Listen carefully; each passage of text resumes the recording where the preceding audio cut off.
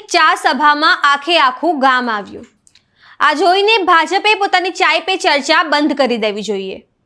હું 108 દિવસ ખેડૂતો માટે જેલમાં જઈ આવ્યો તે વાતનો મને જરાય અફસોસ નથી। ભાજપ અને કોંગ્રેસની સાંઠગાંઠ છે। કોંગ્રેસ ક્યારેય લોકો માટે મેદાનમાં નથી ઉતરતી। આ તમામ વાત કહી છે આપ નેતા પ્રવીણ રામે। નમસ્કાર, હું છું ચંદ્રિકા પુત્રી નિરાલી। તો આમ આદમી પાર્ટીએ સૌરાષ્ટ્રમાં પરિવર્તન લાવો ખેડૂત બચાવો યાત્રાની શરૂઆત કરી છે। આ યાત્રા દરમિયાન એક સભામાં પ્રવીણ રામે સરકાર પર આકરા પ્રહાર કર્યા હતા। आओ सांभळीए તેમણે શું કહ્યું। हेलो समेगा गामनी अंदर उपस्थित तमाम वडीलो तमाम महानुभावो आम तो चा साथेनी मीटिंग हती अने चानी मीटिंग में एटला बधा भेगा थता होय तो मने एवुं लागे छे के हवे भाजपवाळा चाय पे चर्चा करे छे एने बंद कर देवी पड़शे। आ चानी मीटिंग में गामना मोटा भागना लोको भेगा थता होय तो हवे મને લાગે છે કે આમ આદમી પાર્ટીનો પ્રેમ ગામડાઓમાં વધી રહ્યો છે। અત્યારે સમેગાની અંદર કિસાન યાત્રા, સોમનાથથી શરૂ થયેલી કિસાન યાત્રા ખેડૂતોના મુદ્દાઓ, ખાતર, બિયારણ, પાણી, ભાવ મળતો નથી, પાક વીમો નહીં, દેવા માફીની આપણી માગણી છે તો એ માગણી ક્યારેય પૂરી થતી નથી। હમણાં ભારત અને અમેરિકા વચ્ચે ટ્રેડ ડીલનો જે મુદ્દો છે એને લઈને ભારત અને ગુજરાતનો આપણો ખેડૂત છે પાયમાલ થાય એવી સ્થિતિ છે। હજી આપણા જે ભાવ છે એ તળિયે જાહે। આ જે ભારત અમેરિકા જે ડીલ થઈ છે ભાજપની સરકારે જે કરી છે એના કારણે હજી આપણા ભાવ ખેત પેદાશોના તળિયે જશે। એ મુદ્દાને લઈને સોમનાથ દાદાના દર્શન કરીને આ યાત્રાની શરૂઆત કરી છે। આજે આ યાત્રા તમારા ગામમાં પહોંચી છે ત્યારે આ યાત્રાની અંદર ઉપસ્થિત ખેડૂતોના મસીહા, ખેડૂતો માટે હરમેશ અવાજ ઉઠાવતા એવા માનની સુદાનભાઈ ગઢવી, આમ આદમી પાર્ટીની અંદર વર્ષોથી મહેનત કરે છે સંગઠન માટે, તમામ લોકોને મજબૂત બનાવવા માટે એવા માનની મનોજભાઈ સોરઠિયા, મારી સાથે હળદરની અંદર ખેડૂતો માટે લડાઈ લડતા અને એમાં તો સૌથી વધારે પીડા કોઈએ ભોગવી હોય અને ખેડૂતો માટે લાઠીઓ ખાધી હોય, 56 દિવસ સુધી જેલમાં રહ્યા હોય એવા રાજુભાઈ બોરખતરિયા માટે પણ તાળીઓના ગડગડાટથી અમે વધાવીએ।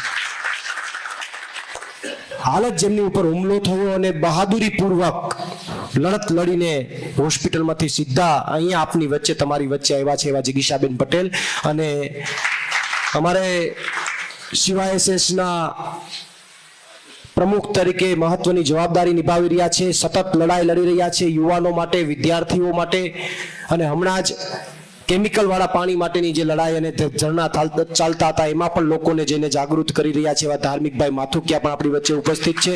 તમામ મંચસ્થ મહાનુભાવો ઉપસ્થિત છે, તમામને હું આવકારું છું। ટૂંકમાં વાત કરીશ કારણ કે આગળ પણ હજી કાર્યક્રમોની અંદર વધારે લેટ ન થઈએ એટલા માટે ટૂંકમાં ચર્ચા તમારી વચ્ચે કરીશ કે યાત્રાના મારફત તમારી વચ્ચે આવ્યા કે ખેડૂતોનું કંઈક ભલું થાય। આ યાત્રા 8 તારીખે ગાંધીનગર પહોંચશે અને ગાંધીનગર એક વિશાળ ખેડૂતોની સભાનું આયોજન થશે। મને આનંદ એ છે કે 108 દિવસની હું જેલ કાપીને આવ્યો છું ગુજરાતના ખેડૂતો માટે। કોઈ જેલ કાપીને આવે તો દુખી હોય, થોડો સમય એને બહાર નીકળવું ન ગમે, સારું ન લાગે, પણ હું જેલ કાપીને આવ્યો તો મને આનંદ છે, મને ઉત્સાહ છે, મને પોરહ છે કારણ કે હું મારા ગુજરાતના ખેડૂતો માટે જેલમાં ગયો તો સાહેબ। અને આ યાત્રાના માધ્યમથી હું પહેલી વાર મારા ગુજરાતના ખેડૂતોની વચ્ચે જઈ રહ્યો છું એનો પણ મને આનંદ છે। 108 દિવસ યાતનાઓ હતી, પીડાઓ હતી, ઘણું બધું હતું, પરિવારથી દૂર રહેવું પડ્યું, 4 દિવાલોની વચ્ચે રહેવું પડ્યું, ઘણું બધું સહન કરવું પડ્યું। જેલ સહેલી નથી હોતી તો કદાચ કોઈ 2-5 દિવસ મહેમાન બન્યા હોય તો ખબર હશે, કોઈ બન્યું છે આમાંથી? કેટલા દિવસ? 1 મહિનો? ક્યાં રહ્યા હતા? જુનાગઢ હજી તમે બધે જ ગયા તો તમે મારી હરોણ ના છો, અમારી હારત ના છો તો વાંધો નથી, એ તો કઈ ઘટે નહીં। તો હવે પાછું કઈક આયોજન હશે ભાજપ વાળા તમને મોકલવાનું તો તમને કહેશું, તો જે ગયા હશે ને તો ખબર હશે કે જોડી શું કહેવાય ને પેલું શું કહેવાય ને બીજું શું કહેવાય ને બંદી ક્યારે થાય ને આ ક્યારે થાય ને બધું ઘણું બધું છે એમાં, પણ એ મફતમાં નોલેજ નથી આપવું આપણે, એમને તો ન દેવાય। પાછો આવીશ ત્યારે ચર્ચા કરીશું, જેલના અનુભવોની ચર્ચા કરીશું, જેલની વાતો કરીશું, પણ સમય નથી એટલે મર્યાદા છે થોડી. પણ મહત્વની વાત એ છે કે 108 દિવસની જેલમાંથી ઘણું બધું શીખીને આવ્યા છે, મજબૂત બનીને આવ્યા છે અને ગુજરાતના ખેડૂતો માટે હજુ વધારે ગર્જના કરવા માટે બહાર આવ્યા છીએ. સાહેબ બેને આગળ વાત કરી કે વર્ષોથી કોંગ્રેસ ભાજપ સાથે સાંઠગાંઠ રાખે છે. કોઈકને એમ થાય કે ભાઈ તો આમ આદમી પાર્ટી છે તે આક્ષેપ કરે. નહીં, આ આક્ષેપ નથી, આ સાચી વાત છે. એનો પુરાવો તમને આપો, આ ખોટી વાત નથી. કોંગ્રેસની વર્ષોથી ભાજપ સાથે સાંઠગાંઠ છે, આ કોઈ ખોટી વાત નથી. ડંકાની ચોટ ઉપર સાચી વાત છે. એનું તમને કારણ કહી દઉં.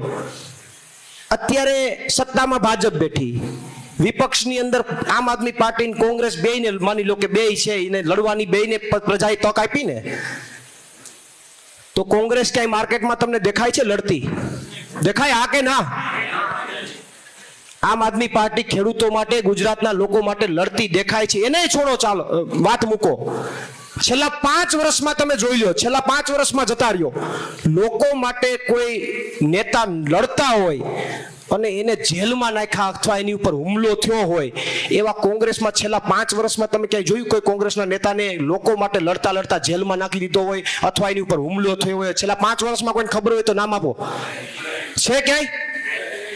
છેલ્લા 5 વર્ષ છોડો, છેલ્લા 3 કે 5 મહિનાની અંદર તમને આમ આદમી પાર્ટી 5 એવા દાખલા બતાવું કે જેમાં ખેડૂતો માટે, લોકો માટે લડતા લડતા જેલમાં જવું પડ્યું હોય ને, અમારી ઉપર હુમલા થયા હોય, એવા તમને 5 તમારી સામે દાખલા. એક, અમે 108 દી જેલમાં ગયા, હું મારી સાથે રાજુભાઈ 108 દિવસ ખેડૂતો માટે જેલમાં ગયા.